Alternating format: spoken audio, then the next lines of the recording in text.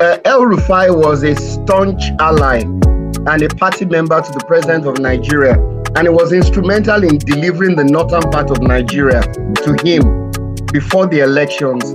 But like I said, Nigerian elections is transactional.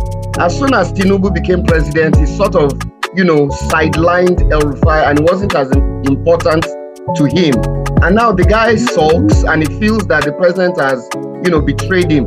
So he's leading an insurrection in APC against the presidential aspirations of 2027. So it's like he's bitter. He's bitter with Tinubu for having abandoned him and not really done his bidding when he became president. Also, it seems like in Nigeria now, party alignment doesn't matter. Like look at River State. Somebody from another party is helping somebody else. Party doesn't matter in Nigeria now. It's all about party loyalty. Individual. It's a one-party system. Nigeria is really a one-party system. What do you think? Yeah. What are your thoughts, Kunle? Yeah. Nigeria is not even a one-party system. It's whoever is in power, let's all jump on the bandwagon and join them. Yeah, exactly. It's a joke. Exactly. It's a joke.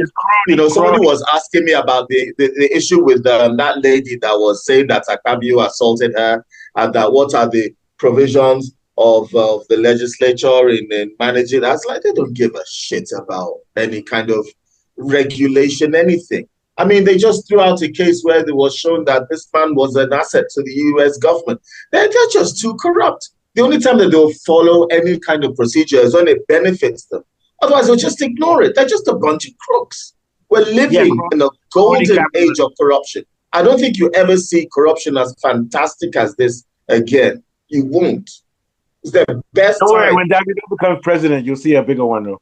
No, it won't be as easy. It won't be. You know how when people do something very bad and then next year they say they can't do it again. How is it going to get better? There's no activists in Nigeria. It's going to be worse because the people who are in power now have been aspiring to this for such a long time, and they have so much ability in getting these kind of things done. But I mean, their tenure is going to have to run out.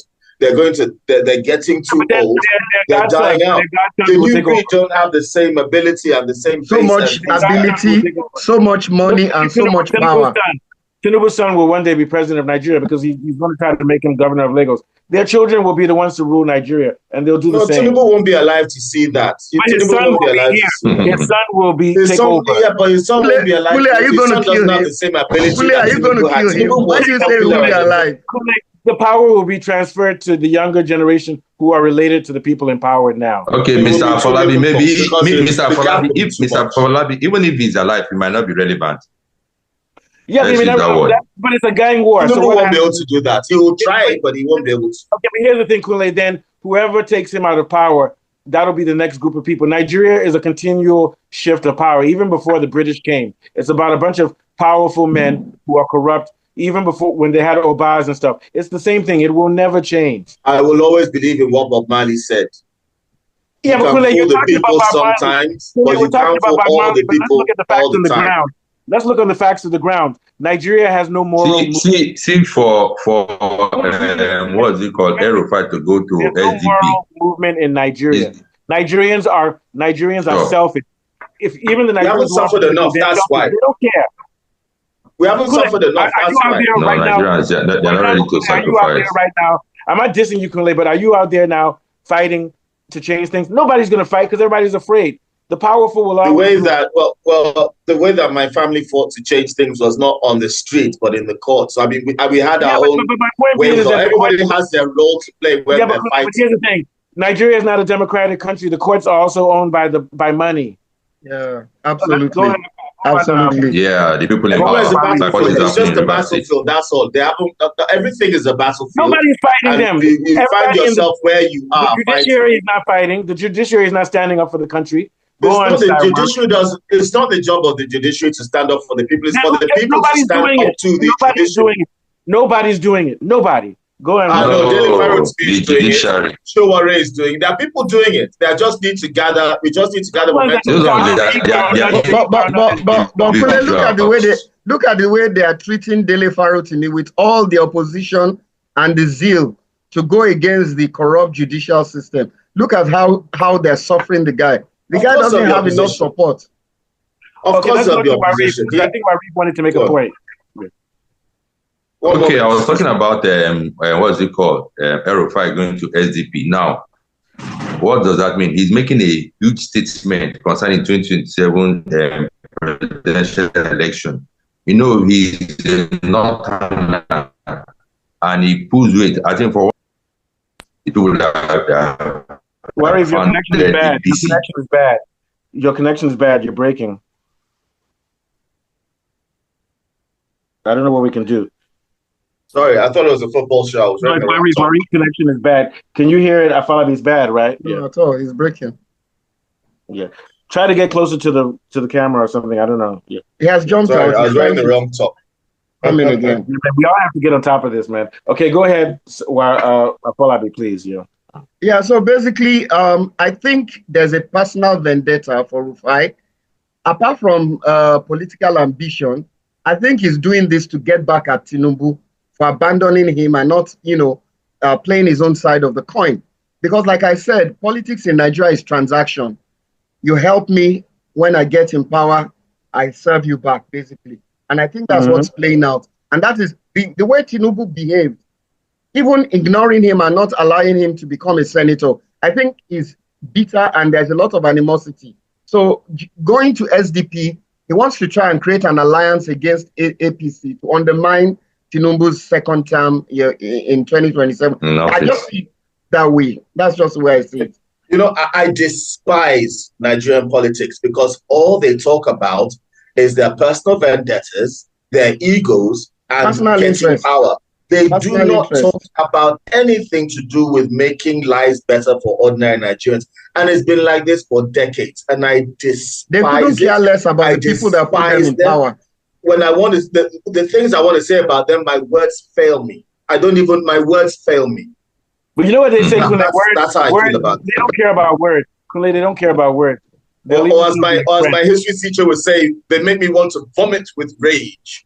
And they don't care. They'll even be your friend so long as they chop their money. Your words don't matter to them.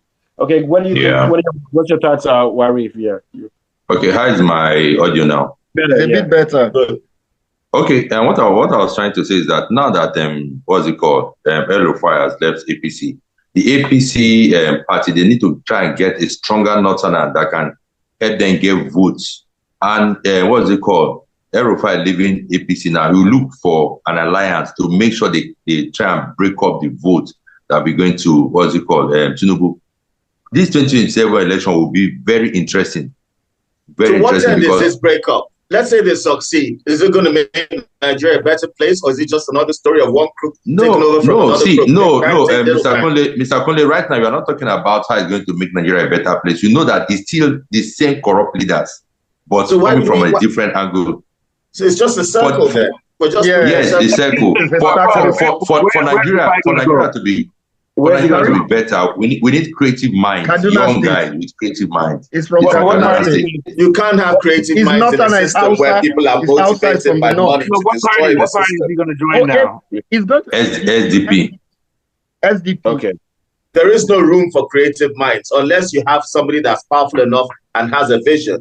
And that person would have to come in and basically do a Jerry Rawlings. The only thing that can say somebody's coming in and execute these people.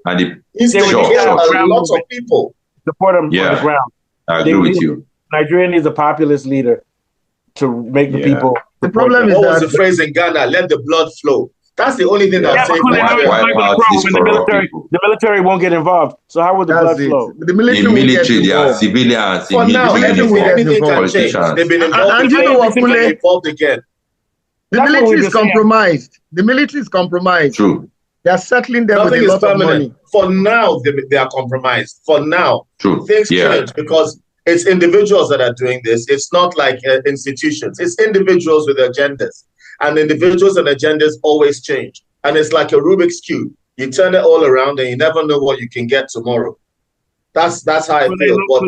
Look at what we need somebody with a vision. We need a ruthless leader with vision. Yes. And he will do things that we will not necessarily approve of. He will do things that we will not necessarily approve of. Yeah. We need Abacha, right? Yeah. I'm serious. We need an Abacha that has a vision. We need a Gaddafi. Let me say, we need a Gaddafi or a Jerry Rawlings. Jerry Rawlings, we need someone like that. Kule, I'm just joking. I'm not really arguing with you. I was saying this 7 months ago. The Nigeria leads military. You and Wesley were telling me no. Now you agree with me. Remember, Jerry Rawlings was so liked by his people that even when he contested as a Democratic president, he had support. So we need someone like that. When he died, he didn't have kobo in his bank. I know that the average Nigerian that is suffering, their blood, they are salivating at the thoughts of some of these people being executed for what they've done. I know that there are millions of Nigerians that are just keeping it inside themselves. The only problem is that if we have coup and revolution, we shouldn't let it become disorganized. Look at Mali. No, not civil war. We don't want civil war. If we have uprising, we need to make sure that it's not. We need to make examples of these people. Have the we need to have an economic plan. We need to have an economic plan. We need to have an economic plan. Look at Mali. Look at Burkina Faso. These countries now, they're making their prisoners work and giving them less time. Nigeria as well. They're using money to build up. The problem in Nigeria, we don't have one voice. There are so many differences. Chinese are human beings. How did they manage to do it? What is it that China is able to do that the UK is? They're human beings like us. I mean, what is it? Blood pink or red or orange? I mean, what is it? Let me tell you what it was. China had Chairman Mao. Chairman Mao was a communist. He read Lenin, he read Stalin, and he believed in communism, and he nationalized all of the resources, and he did a cultural revolution in which anything that was Western, the language, the music, they rejected it. I don't think Nigeria is ready for that. We kissed and it was not corrupt. Yeah, even what about somebody that is starving to death, that is hungry, that is feeling the edge of this, and they're still going to keep going? Yeah, it's a difficult thing. Let's move on to the next thing. So we're going to